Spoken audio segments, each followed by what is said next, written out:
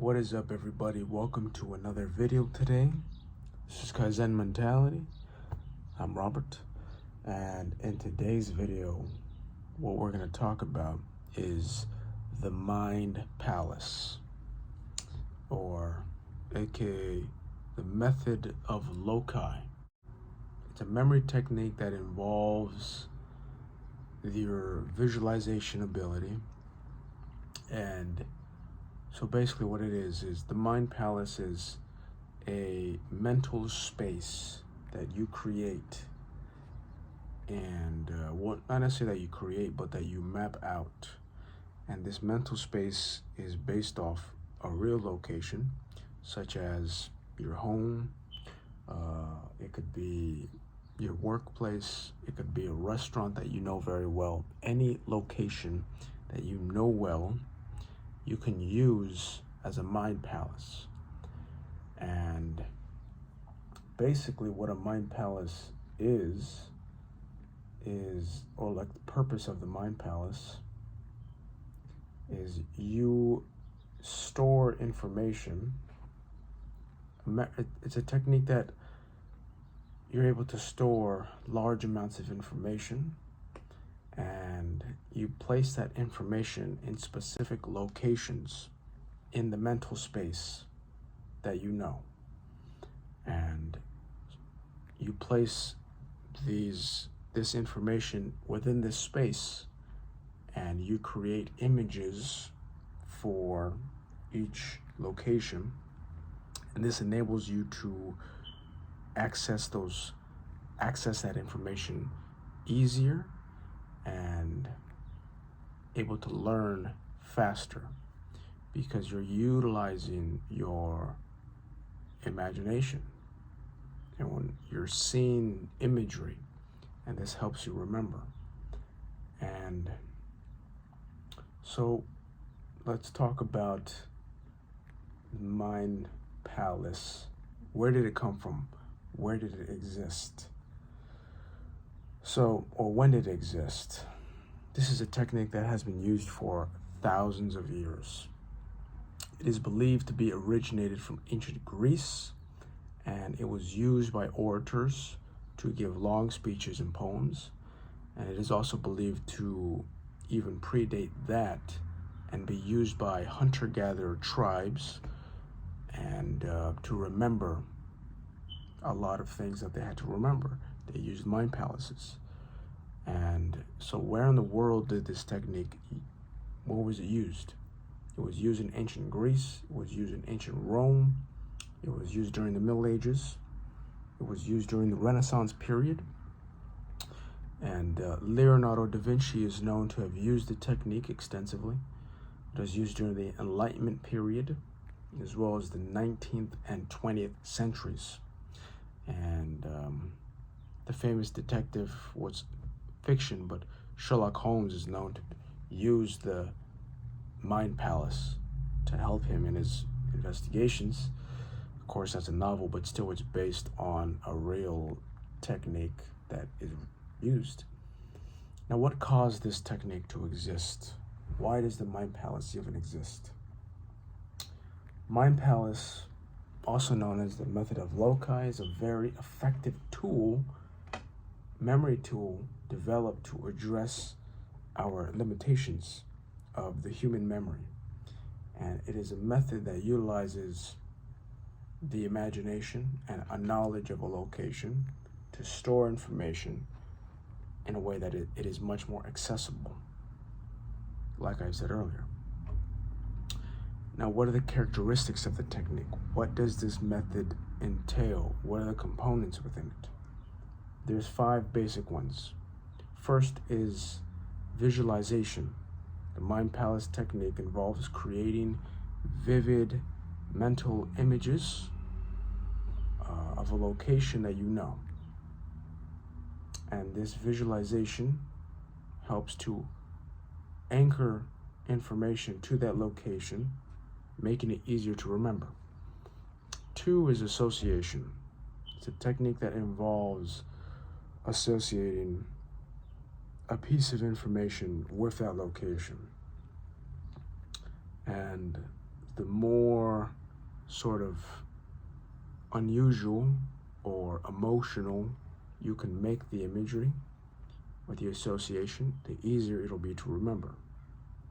And 3 is organization. The technique is a way of organizing information in a logical and structured way. By associating information with different locations, you create a mental map that helps you organize and remember the information. 4 is your spatial memory. It's the 4th characteristic. It's a technique that it relies on your memory of space, of locations.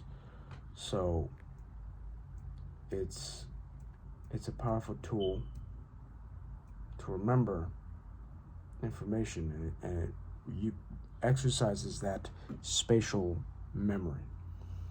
And 5th is creativity. This technique is really totally dependent on your creative ability. So the Mind Palace requires you to create images that are linked to those locations, and you get creative with it. You create whatever you want to make it memorable for you to remember. So the more bizarre, the more crazy, the better, because you'll remember it. Overall, the Mind Palace technique is a powerful tool that combines those components. And yeah, so this is a powerful technique. I've been using it for about 2 weeks. I've been learning about it, I've been reading about it, and it's fascinating because the technique is used, basically this technique you can use for, at a very basic level, for remembering lists, such as a shopping list. You can use it to remember dates. You could use it to remember words, like vocabulary words. If you're learning a language, you can use that. And it's crazy how fast and how well this works. Because the first time I did this technique, I remembered, I think 10 words, 10 random words, easily. And then I tried 20 words, and then I tried 30 words, and then I was able to recall all of the words perfectly. And this is only the first few times of me doing the technique. If I remember 30 different words that quickly, it's clearly a very effective technique and method. And so for that reason, I would recommend learning it. So what is the big sort of problem with not learning the technique? Well, I feel like in school, this technique would have been helpful, because in school we were given words to learn, all sorts of things to remember, but no method of remembering things. It was just reading things over and over again until we remembered. That was the method that we were taught in school, which is not a great method. And if we learned the Mind Palace technique, we would learn faster with less effort and more effective. And outside of school, even in everyday life, learning this is like a mental exercise. You're exercising your brain to remember information. Because today we rely on our cell phones and our gadgets to do everything for us, to remember for us, to give us directions, to do math for us, everything. And which is a good thing to an extent, because we kind of outsource that to focus on other things. But I think that it's valuable for us to still exercise and use our brains and keep our memory sharp.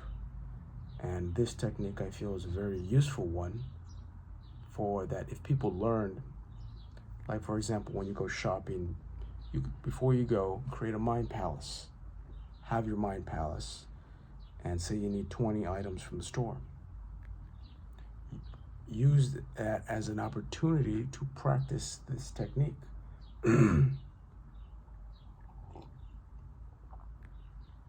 And really take it as an opportunity to train the brain, train your mind. Now, what's the benefit of this? What's in it for you? Why should you even consider using this technique? I'll give you 4. First is improved memory. Obviously, the Mind Palace is shown to be effective in improving memory retention and recall.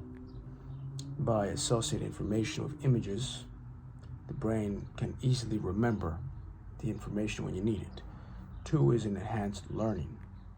By using the Mind Palace technique, you can learn, you can organize and categorize information more effectively, and this can lead to a deeper understanding of the material and easier time recalling it when you need it. And it's versatile. Third thing is it's versatile. You can remember a wide range of information. And 4th is that it's creative. It's exercising that creative side of your brain to create images in a way that you remember them, however your brain works. And let's see, objections. Why would people object or not want to do this? Well, one thing is they don't have the knowledge or the technique to know how to do it properly. That's easy to fix. There's YouTube. There's a website called The Art of Memory, where I learned how to do this technique. And there's a whole bunch of other videos online where you can learn the technique. And another objection, people will say that it's too difficult, that it'll take too much time to learn. It doesn't take that much time. If you sit down for 30 minutes, you can learn the technique and you can practice the technique and you can understand the basic premise of it. And you know what? I'll go through the technique right now, basically, with an example of a grocery list. So we're gonna go through 10 items, 10 items. Say we're going to the grocery store and we want to remember 10 of these items. So myself, my Mind Palace is my home. So there's the first area of the Mind Palace is the front door. The front door is this big wooden door. And the first item is carrots. So I would imagine walking to the front door and Bugs Bunny is there. He's eating a carrot. He's knocking on the door. Bugs Bunny is eating the carrot, and then he looks over at me and he says, "What's up, Doc? What's up, Doc?" And he's eating his carrot. So that's the first image. Second location within the space is a chair. And the second item is blueberries. So I would imagine blueberries on the chair. Like I take blueberries out of the box, put them on the chair, and then I smash it with a hammer. Smash the blueberries, and the blueberries splatter everywhere. That's the second item. Third item is apple. And third location is the TV. So I imagine an apple on a tree falling down, hitting the ground, and I see, where the fuck was it?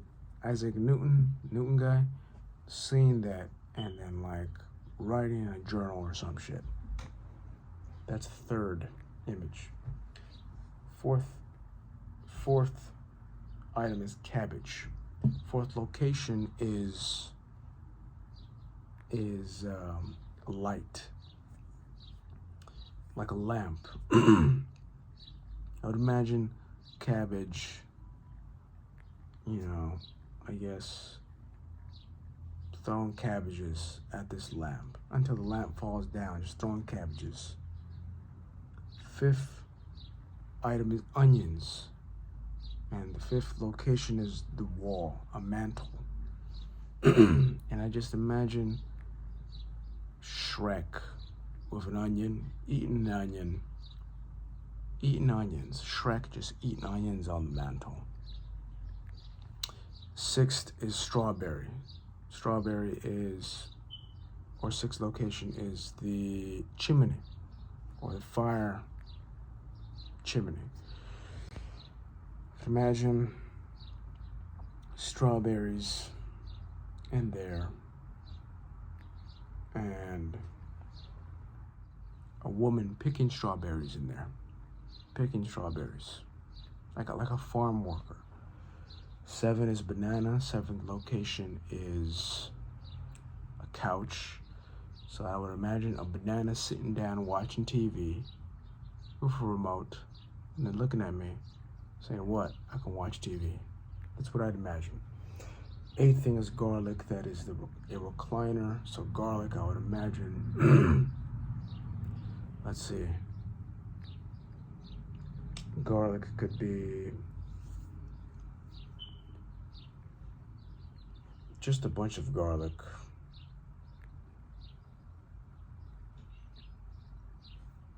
On the recliner. Just say, I don't know. I set the garlic on fire and I throw it on there. 9th thing is the table, which is butter. I'd imagine just putting a bunch of butter, rubbing a bunch of butter all over the table. All over the table. 10th thing is olive oil, which is a clock. I would pour olive oil all over the clock and then break the bottle on the clock. So there you go, there's 10 items. 10 images. First image is carrots. Bugs Bunny eating a carrot. Second item is blueberries, smashing blueberries. Third thing is apples. The apple falling from the tree, Isaac Newton seeing that, apples. Fourth thing is throwing cabbages at the lamp. Fifth thing, mantle, is Shrek eating an onion. Sixth thing is a farmer worker picking strawberries. Seventh thing is a banana watching TV. Eighth thing is, what is that? Setting garlic on fire. Ninth thing is rubbing butter on the table. 10th thing is pouring olive oil on the clock. So I created those images in my mind, in those locations, and you remember the images, and then when you remember the images, you remember the core word that you're trying to remember. That is basically the technique. It works well. I recommend trying it, learning it, and seeing how it works for you, because I'm sure it'll work for you. Okay, so that's gonna be the video today, guys. Hope you had a good one watching this. Subscribe, like, more content soon.